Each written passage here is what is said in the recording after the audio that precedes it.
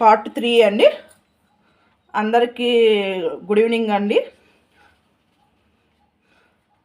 ఏంటంటే 3 వీడియోస్ ఒకే రోజు పెడదాం అన్నట్లుగా నేను పెడుతున్నాను. ప్లీజ్ అండి వీడియో మొత్తం చూడండి. ఇది 12వ నెంబర్ అండి. 11 వరకు చెప్పాను ఇందాక దాకా. ఇది 12, 13. ఇంట్లో 13వదండి. ఇంట్లో వేసేటప్పుడు పాటించాల్సిన నియమాలు అంటే మనం ఇంట్లో నిమ్మకాయల దండ వేసినప్పుడు అండి, మచ్చలు లేని కుళ్ళిపోని తాజా నిమ్మకాయలు మాత్రమే వాడాలి.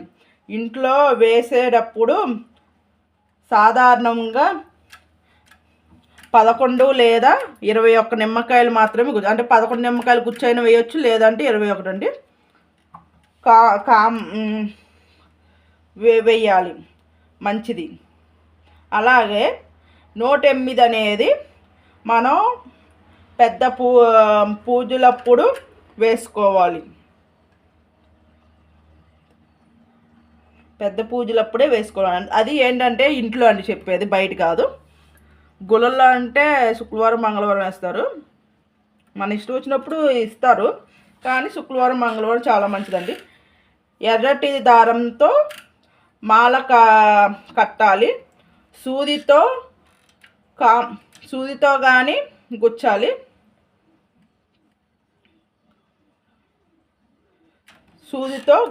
ఆ సూది కూడా కొత్తదయ్యి ఉండాలి. లేదంటే నిమ్మకాయలు అమ్మవారి దండలకి వేసే నిమ్మకాయలు మాత్రమే విడిగా సూది పెట్టుకొని ప్రత్యేకంగా ఆ సూది అమ్మవారికి నిమ్మకాయలు గుచ్చేటప్పుడు అలా మాత్రమే వాడాలి.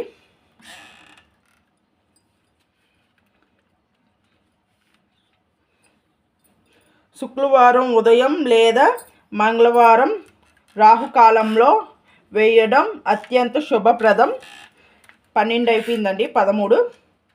నేను చెప్పేది మీకు అర్థమవుతుందో లేదో తెలీదు. ఏమైనా అర్థం కాకపోతే నన్ను కామెంట్ సెక్షన్లో పెట్టండి. దానికి ఆన్సర్ నాకు తెలిస్తే నేను కంపల్సరీ చెప్తాను. ఇంట్లో ఎన్నో రోజులు ఉంచొచ్చా అంటే ఇంట్లో ఎక్కువ రోజులు ఉండొచ్చాను, ఎప్పుడు తీసేయాలి, ఇది చాలా ముఖ్యం అండి. చూడండి, ఇంట్లో నిమ్మకాయలు ఒక రోజు లేదా గరిష్టంగా 2వ రోజు మాత్రమే ఉంచాలి. అది ఏంటంటే మంచిగా ఉంటాయండి. నల్లగా అలా అయిపోతే అసలు ఉంచాలి. కామాలు నల్లగా మారుతున్నప్పుడు లేదా వాడిపోతున్నాయి వెంటనే తీసివేయాలండి. ఇప్పుడు కొన్ని నల్లగా అయిపోతాయి, లేదంటే మాడిపోయినట్లు అలా ఉంటాయి, అప్పుడు అసలు ఉండకూడదు అంటండి. వెంటనే తీసేయాలి. ఎందుకంటే ఇవి ఇంటిలో నెగటివ్ ఎనర్జీస్ పీల్చుకుంటాయి. అవి అలాగే ఉంటే ఆ నెగటివ్ ఎనర్జీస్ మళ్ళీ మన ఇంటిలోనే ఉంటుంది. ఇంట్లో అమ్మవారికి వేసిన మాలలోని కాయలు అసలు వంట ఇంటిలో వాడుకోకూడదు, తినకూడదు. అంటే మనం నిమ్మకాయలు వాడకూడదు, తినకూడదండి. అంటే మాలకేసింది చెప్తున్నా. అలాగే ప్రసాదంగా తెచ్చుకున్న నిమ్మకాయలు ఎండిపోయినా లేదా కుళ్ళిపోయినా వెంటనే దానిని నీటిలో కలిపేయాలి, లేదంటే చెట్టు కింద వేయాలి. ఎందుకంటే అది మీలోని దోషాన్ని తీసేసి కుదర్ని అర్థం. అంటే మనలో ఉన్న దోషాలన్నీ ఇదవుతాయండి, దానికి అర్థం అదే. చాలామంది నిమ్మకాయలు పారేయాలి అనుకుంటారు, కానీ అమ్మవారి పాదాల దగ్గర పూజించి నిమ్మకాయలు మహాప్రసాదం అండి. ఇప్పుడు భయం పోవాలంటే తల కింద పెట్టుకోండి నిమ్మకాయ. ఆరోగ్యం కోసం ప్రసాదంగా స్వీకరించండి. నిమ్మకాయ రసం ప్రసాదంగా అండి. విజయం కోసం బయటికి వెళ్ళినప్పుడు వెంట తీసుకెళ్ళండి నిమ్మకాయ. మాలలోని కామాలను దృష్టి నివారించుటకు వాడేది. ప్రసాదంగా మాత్రమే శక్తి కోసం వాడతారు. నమస్తే అండి. మంగళవారం, శుక్రవారము అమ్మవారికి నిమ్మకాయల మాల వేయడం వల్ల ఇంట్లో ఉన్న దరిద్రము, దిష్టి దోషాలు తొలగిపోతాయి. ముఖ్యంగా రాహు కాలంలో దుర్గమ్మకు 21 నిమ్మకాయలు మాల వేసి చూడండి. మీ పనుల్లో ఉన్న ఆటంకాలు ఎలా తొలగుతాయో గుర్తుంచుకోండి. మాల తీసాక ఆ కాయను వంటింటిలో వాడుకోకూడదు. వాటిని చెట్టు కింద మాత్రమే వేయాలి. చూసారు కదండి, చెట్టు కింద మాత్రమే వేయాలి.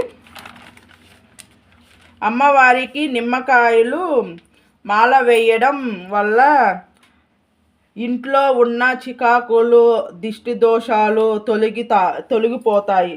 అయితే ఇంట్లో వేసినమని కాయలను వాడిపోయే వరకు ఉంచకూడదు. ఒక్కరోజు ఉంచి తీసేయడం వల్ల ఫలితాలు ఎక్కువగా ఉంటాయి. అలాగే మాల తీసాక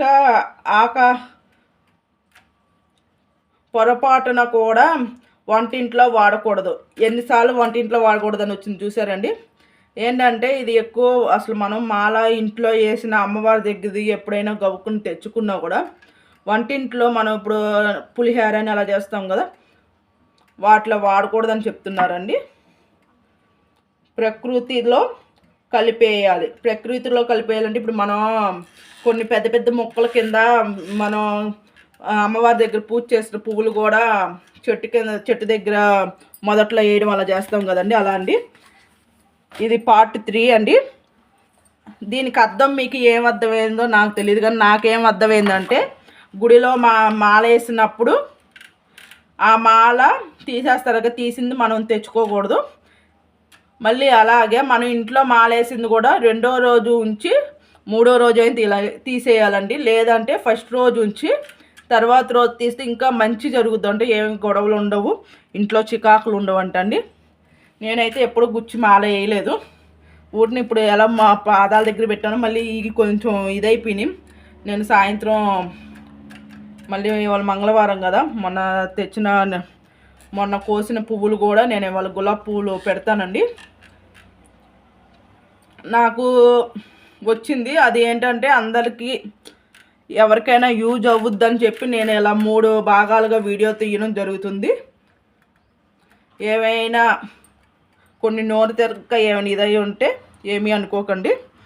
ఒకవేళ ఏమైనా అర్థం కాకపోయినా కొంచెం అడగండి, నాకు తెలిస్తే మటుకి నేను కంపల్సరీ చెప్తాను. ఎందుకంటే నేను నిమ్మకాయల దండలు అలా నా పెళ్ళవక ముందు కంపల్సరీ నెలకు ఒకసారి ఇచ్చేదాన్ని, అమావాస్యకి కానీ అలా మధ్య మధ్యలో ఇస్తూ ఉంటాను. లేదంటే దసరాకి కంపల్సరీ ఒకరోజు అక్టోబర్ 18 అలా అక్టోబర్లో దసరా వచ్చేది కదా, అప్పుడైనా చేరాను నిమ్మకాయల దండ పెళ్ళి అవ్వక ముందు నుంచి కూడా నాకు ఇచ్చేదాన్ని అండి. అందుకని తెలుసు. ఏంటంటే నాకు ఇది ఒకటి మామూలుగా వచ్చింది, ఇన్ని అంటే 13 భాగాలుగా వచ్చింది. 1, 2, 3 అని అంటే కొన్ని డౌట్స్కి దాని క్లారిటీ ఇచ్చినట్లుగా పంతులు గారు వాళ్ళు పెట్టారు. నేను అది ఒక బుక్లో రాసుకొని మీకు చెప్పడం జరుగుతుందండి. నా సొంతగా అయితే నేను చెప్పలేదు అదండి. ప్లీజ్ అండి, వీడియో నచ్చినట్లయితే మొత్తం చూసి 3 భాగాలు చూడండి, 3 వీడియోస్ చూడండి, చూసి ఎలా ఉందో కామెంట్ చేయండి. అలాగే మొత్తం లాంగ్ వీడియో చూసి కామెంట్ చేయండి. నేను మీ లాంగ్ వీడియో చూసి కామెంట్ చేస్తాను. లాంగ్ వీడియో లేకపోతే లైవ్ది డౌన్లోడ్ అయ్యి ఉంటుంది కదండి, అదైనా ఒక 15 నిమిషాలు చూసి కామెంట్ చేస్తాను. ప్లీజ్ సపోర్ట్ చేయండి. కొత్త వాళ్ళు ఎవరైనా ఉంటే నా ఛానల్ సబ్స్క్రైబ్ చేసుకొని బెల్ మీద ఆల్ పెట్టండి. Bye friends. ఇక వీడియో ఇక్కడితో క్లోజ్ అయిపోయింది. 3 భాగాలు పార్ట్ 3 వరకే. బాయ్ అండి. ఇక రావు ఏంటంటే దీని గురించి రావు, మామూలుగా వీడియోస్ వస్తే దీంతో ఇక్కడ క్లియర్ అయిపోయిందండి. ఇక అంతే అండి. బాయ్ అండి.